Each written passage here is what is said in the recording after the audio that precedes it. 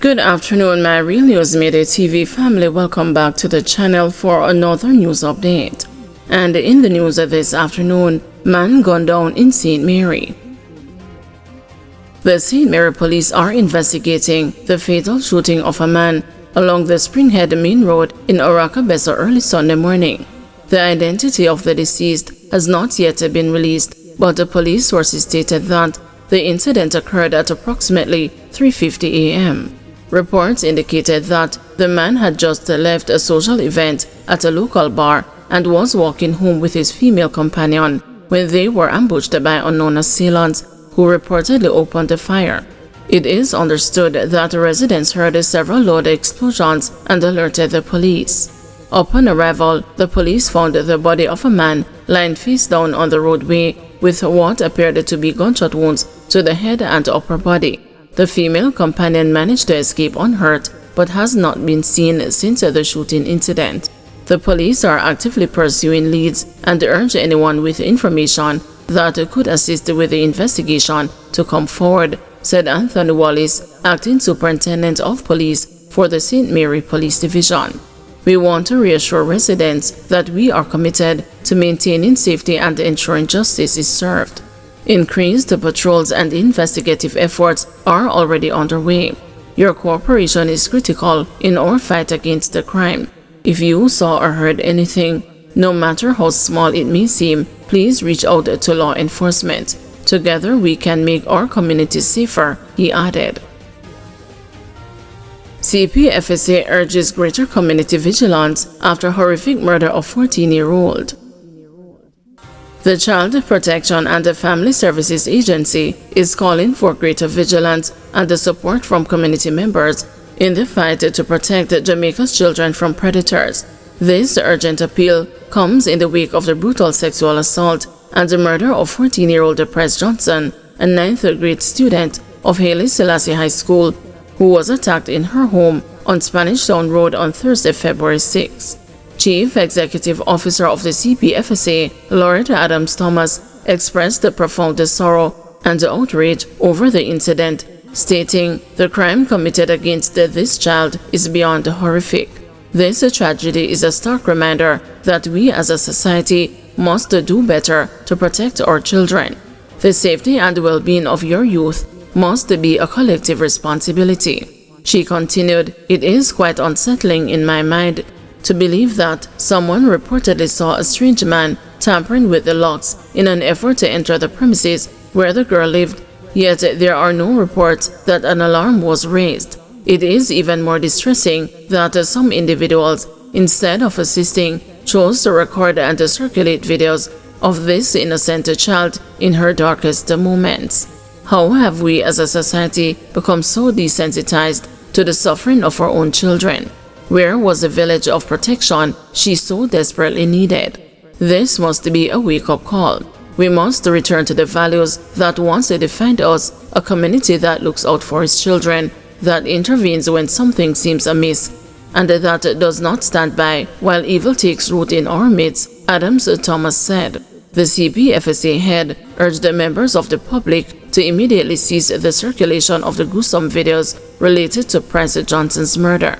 No parent would want to see their child's dying moments spread across social media for public consumption. Little Price is not just a news headline. She was a daughter, a sister, and a student with dreams. The continued sharing of these videos only deepens the agony of her grieving family, including her 4 older siblings, she said. The CPFSA also issued a strong call to parents and guardians to ensure that their children are never left in vulnerable situations. We understand that parents have obligations, but wherever possible, children should always be in the care of a responsible adult, or they might become easy targets for those who seek to harm them, Adams Thomas said. As part of its response to the tragedy, the CPFSA has visited the family to extend condolences and provide initial grief counseling. The family has also been referred to the Ministry of Justice Victim Services Division for additional support. Additionally, the CPFSA, along with the Ministry of Education, Skills, Youth and Information, has conducted a visit to Haile Selassie High School to provide counseling and intervention services for students and the staff affected by the loss. The agency said this incident further highlights the detrimental need for its child protection early warning system, an initiative to strengthen child protection efforts at the community level that is scheduled to be rolled out in 2025. The Child Protection Early Warning System will equip community members with the knowledge and the skills to identify warning signs of child abuse or danger. One of the main objectives of CPEWS is to promote early detection and response to risk of child protection breaches, Adams Thomas said. This is not just about mourning young Price Johnson, this is about making sure no other child suffers a similar fate. We urge every Jamaican to play their part. If you see something suspicious, speak out. If a child is in distress, act. Together we must do what it takes to rebuild a Jamaica that is safe for children. We must rebuild the village we once had, she added. Opposition criticizes Jamaica's response to tsunami concern following major quake in Caribbean Sea. The opposition is criticizing Jamaica's emergency response system in light of Saturday's major earthquake in the Caribbean Sea and the subsequent concerns about possible tsunami waves affecting several countries, including Jamaica. Opposition spokesperson on local government, Natalie Nita Garvey, is suggesting that the Office of Disaster Preparedness and Emergency Management and the Ministry of Local Government were tardy in warning Jamaicans about the situation. The Caribbean Disaster Emergency Response Agency reported that the Pacific Tsunami Warning Center indicated an earthquake with a magnitude of 7.6 occurred north of Honduras at 7:23 p.m. on Saturday, February 8. Initial data suggested that, based on preliminary earthquake parameters, hazardous tsunami waves were possible for coastal areas within 1,000 kilometers of the earthquake's epicenter. A potential tsunami threat was initially forecast for 20 countries, including 7 CDEMA participating states, among them Jamaica. Within 12 minutes, this forecast was revised to 13 countries, still including Jamaica. Nita Garvey says that during this period, Jamaicans did not receive any communication from the government or the responsible agency. More than 3 hours later, ODPEM issued a statement informing the public that although Jamaica was under an advisory for a possible tsunami wave, no tsunami warning was ever issued for the country, with the main areas of concern were Honduras and the Cayman Islands. The agency noted that the authority responsible for issuing a tsunami warning for Jamaica is ODPEM, in conjunction with the Meteorological Service of Jamaica and supported by the Jamaica Constabulary Force, following an assessment of data provided by the Pacific Tsunami Warning Center. It stated that notifications were sent to the National Tsunami Response Team and the Parish Response Mechanism. An all-clear bulletin was later issued for the region as the tsunami threat passed.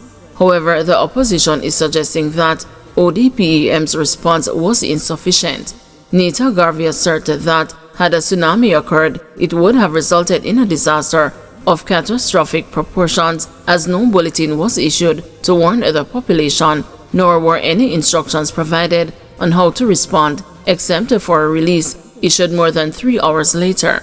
The opposition considers this a gross dereliction of duty and an extremely irresponsible failure by the Ministry of Local Government and ODPEM. Nita Garvey is calling for an urgent review of the country's disaster alert and warning systems to ensure they are fully functional and supported by adequate response mechanisms, expertise, and funding.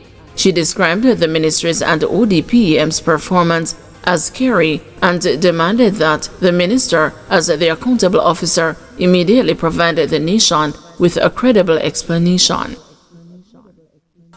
Guys, thank you for watching. See you this evening at 6 p.m. for another news update.